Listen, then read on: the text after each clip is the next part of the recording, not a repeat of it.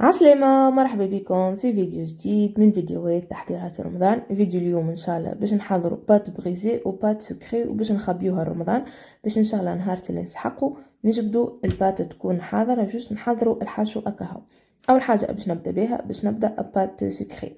خديت 250 غرام زبدة خديتها بحرارة الغرفة كيف ما قاعدين تشوفوا، وزدت نص الكمية سكر محور. نص الكمية راهي تجي ممتازة. دونك 120 غرام سكر محور، 250 غرام زبدة بحرارة الغرفة، حطيتهم في الصحفة وهنية قعدت نخدم فيهم بسباتول حتى لين نتحصل على بوماد، معناها السكر يدخل بالكدا في الزبدة ونتحصل على خليط متجانس. هذا بالنسبة للمرحلة الأولى متاع البات سكري. قد ما تكون الزبدة بحرارة الغرفة وتكون طرية قد ما تسهل علينا المرحلة هذه. هنا كما قاعدين تشوفوا هاكا تجانس الخليط بالباهي، نقعدوا هكاكا بالمغرفة ولا بسباتول ندخلوا فك السكر بالباهي حتى لين نتحصلوا على القوام هذايا. خديت كعب عظم كيف كعبة العظم ناخذوها بحرارة الغرفة، ما ناخذوهاش بالفريشيدير باش ما تكونش باردة وهكاكا الزبدة ترجع تلبس معانا. فالصحفة خدمت كعبة العظم بالباهي باش كي نحطها على الزبدة والسكر ما تبديش هكا شادة في بلاصة واحدة. وهوني بالفوي حاولت باش نحلك كعبة العظم في الزبدة والسكر حتى لين نعاود نتحصل على عجينة متماسكة كما قلنا باش تكون المكونات الكل داخلة في بعضها ونتحصلوا على نتيجة باهية. هاكا شوفوا كيفاش قعدت نخدم فيها بالفوي حتى لين تحصلت على خليط متجانس. ولهنا ما قعد لي كان باش نزيد الفارينة اللي هي 500 غرام. الفارينة تكون الفارينة تكون نصفها، تنجموا تعملوا الكمية اللي تحبوا عليها. تاخذوا كمية الفارينة تحطوا نص كمية الفارينة زبدة ونص كمية الفارينة سكر محور ونلموها ونزيدوها العظم، معناها نكملوا نلموها بالعظم. كان تاخذوا الكمية هذه تجيكم قد هنا هاكا كما شفتوا قعدت زدت كمية الفارينة اللي هي ارتل الفارينة قعدت نخدم فيها بصوابعي وبصوابعنا نحاولوا ندخلوا الفارينة في الزبدة، اما على شرط ما نعجنوش، راهو كان نعجنوها تجينا يابسه من بعد البات كي نطيبوها. دونك هكاك بطرف صوابعنا نحاولوا باش ندخلوا الزبدة في الفارينة وهكاك نبداو نلمو فيها بشوية بشوية حتى لين نتحصلوا على عجينة تكون رطبة وتكون متماسكة الكل مع بعض. أكد عليكم ما تتعجنش، راهي هيك ندخلوا الفارينة بصوابعنا ومن بعد هكاك نلموا العجينة في بعضها. هنا هاكا كملت لميت العجينة هكا يكون القوام متاعها، ما تخافوش منها، راهي كيكا تحسوها مرملة معناها وما هيش شادة روحها، اما تكون في القوام هذيك نلموها بالكدا ونخليوها على جهة. كملت بات سكري تعديت باش نعمل بات صابلي. عملت نفس الكمية، خديت 500 غرام فرينة زدتهم 10 غرامات ملح وباش نزيد كيف نصف كمية الفارينة زبدة. دونك رطل الفارينة 250 غرام زبدة تكون بحرارة الغرفة وهكيك قصيتها بالسكينة باش نسهل على روحي الخدمة. دونك توا شنو باش نعمل بصوابعي كيف نفس البرانسيب، ما تتعجنش نلموها بصوابعنا. توا لهني قاعدة نرمل فك الفارينة بالزبدة، نحاول ندخل الزبدة في الفارينة الكل هكاكا بطرف صوابعي ندخل لو ماكسيموم زبدة في الفارينة باش ما نعجنوش. شوفوا كيفاش قاعدة ندخل في الفارينة في الزبدة هاكا حتى لين تحصلوا تقولش عليها رمل، معناه نرملوا الفارينة بالزبدة بالطريقة هذيا هيكا. ونجم نخدموها زيادة بالكف متاع اليد بالطريقة هذيك حتى لين نتأكدوا اللي الزبدة دخلت بالكدا في الفارينة.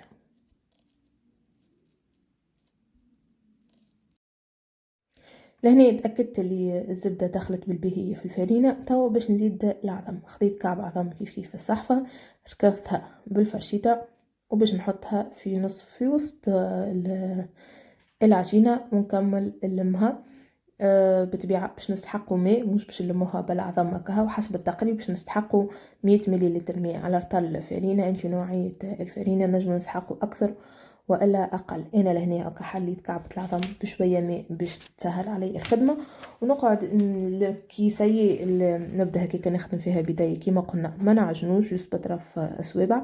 نحس العجينة مزيت ما تلمتش نزيد شوية ماء هكا، يعني كيما قلت لكم 100 غرام مليلتر كيما نجم نسحقوها الكل، كيما شو نخليو منها هاكا كميات صغيرة متاع ماء. وكالعادة نبدا هكيكا نلم فيها بطرف صوابعي، وهاكا شفتوا هاكا قاعدة نلم فيها مانيش نعجن فيها، نلموها لمين حتى لين تحصلوا على عجينة متماسكة تكون. تنوريكم القوام متاعها كيفاش يكون. هذا هو القوام متاع العجينة. هنا كملت لميتها، شوفوا القوام متاعها تكونش يابسه وما تكونش طريه، تكون على القوام هذيك. توا شنو باش نعمل؟ هبطت العجينه من الصحفه وحطيتها فوق الطاوله، ونبدا بالكف متاع اليد كيف ما قاعدين نشوفوا. كل مره نهبطوا كميه صغيره متاع عجينه، علاش؟ باش العجينه مكونات العجينه تتجانس بالكدا مع بعضها كما قلت لكم قبيله، ما نعجنوهاش في الاخر. اخر مره نعملوا لها الطريقه هذه بالكف متاع اليدين، كل مره هكا ندخلوا كميه صغيره تحت ايدينا وننزلوا هكا هو مره واحده نعاودوها العمليه هذه. كما قلنا الهدف متاعنا مش العجين، مش نشدوها ونبداو هكا نعجنوا كيما الخبز، عمليه باش المكونات الكل تدخل مع بعضها ونتحصلوا على عجينه متماسكه وتجينا طريه وهشوشه كين طيبوها. كملت الكميه الكل كيما قاعدين نشوفوا فيا، ونأكد عليكم مرة واحدة نعملوها مش برشا مرات. طرف العجينة اللي نهبطوه بالكف ما نعاودوش نرجعوه. كملت العجينة الكل بنفس الطريقة هكا، ومن بعد لميت العجينة وهكا تكون بات سابلي، مش بات سابلي سامحوني، بات بغيزي متاعنا تكون حاضرة، ما قاعد كان باش نقسموها ونحطوها في الكونجيلاتور ان شاء الله الرمضان. هذا هو القوام، شوفوا القوام اللي تكون عليه البات بغيزي. توا ما قاعد لي كان باش نقسم البات سكري والبات سابلي. انا الكميه هذيك قسمتها على 4 زوز، معناها 2 بات قسمتهم على 4. بطبيعه انتوما حسب افراد العائله وحسب كبر المول اللي باش تخدموا به.